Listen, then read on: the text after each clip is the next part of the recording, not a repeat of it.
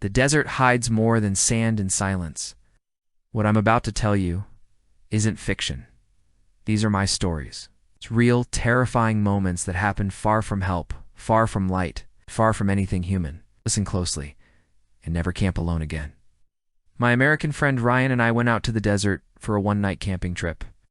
He's always been into wilderness adventures, and the idea of sleeping under the stars sounded amazing. At least it did back then. 1. The vanishing well, around 11 p.m. We realized we were running low on water, but it grew clearer. Waiter, drawn out in a slow, hoarse voice. I hesitated, then leaned over and shined my light inside. I froze. Again, the same whisper. Closer this time. Waiter. Ryan said there was a well nearby, grabbed his flashlight, and set out on foot. I stayed behind to tend the fire. This story still haunts me. It happened about 3 years ago, in the middle of summer. I called out for him, but the desert swallowed my voice. The fire began to die down and everything around me went pitch black. We set up camp in the late afternoon, made a small fire, and by nightfall we were just enjoying the silence of the desert. I was out camping in the Arizona desert with 2 friends. Jake, old college buddy. I stepped out of the tent and sat by the fire, which was just glowing embers at that point. That's when I saw him. Not moving, not walking, just standing. I thought maybe it was Jake or some lost hiker. I called out, no answer. And Tyler, a quiet guy who always tagged along but barely said a word. We picked a remote area far from cell service to really disconnect. Faint, like the desert wind was carrying his voice.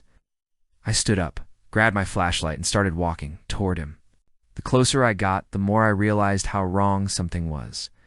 He wasn't really looking at the stars. His head was tilted just a bit too far back, unnaturally far.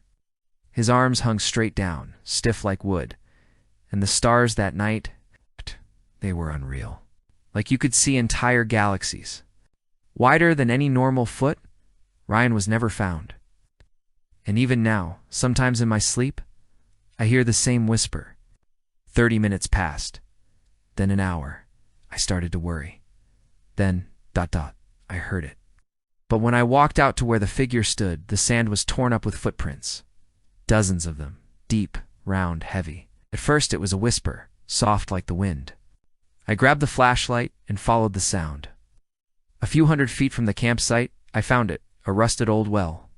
Like someone had stretched a sheet over a head and called it done. I had driven about 2 hours into the Mojave and set up camp near some low rocky hills. It was brutally hot, but the forecast was clear.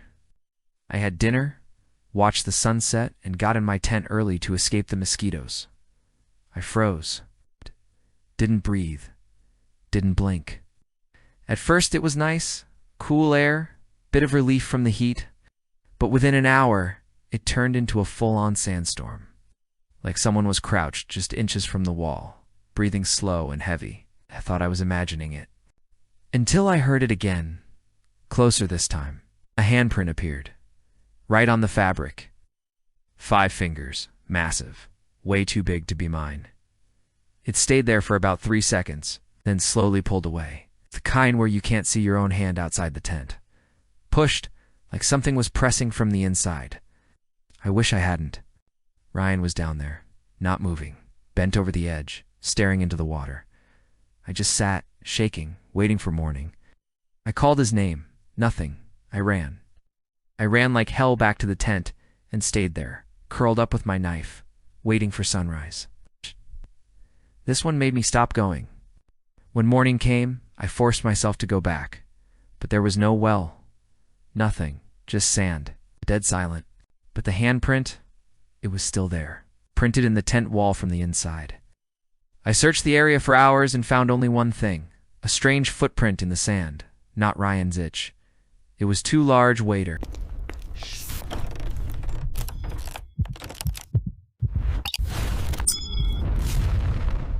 Two, the man who counted stars. This happened not long ago, maybe 6 months back.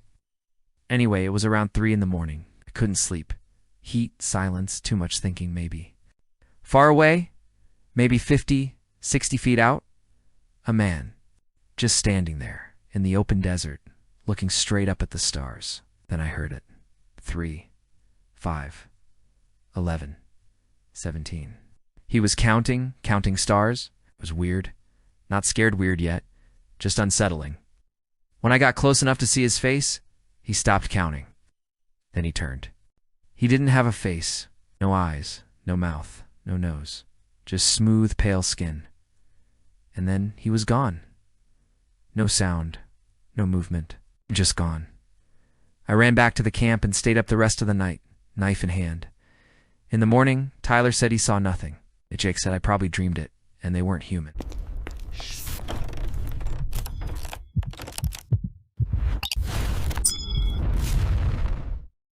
The storm visitor. I used to love solo trips into the desert. No distractions, no traffic, no emails, just me, my tent, and the wind. But this trip, it was late July.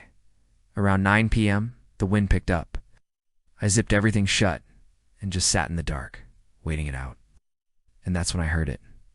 A breath, not mine. It came from the corner of the tent, and the side of the tent pushed inward, not flapping from wind. And then, ... I didn't move, didn't scream.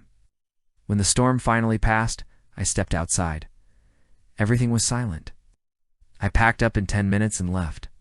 I haven't gone back since, because whatever was in that storm found a way in.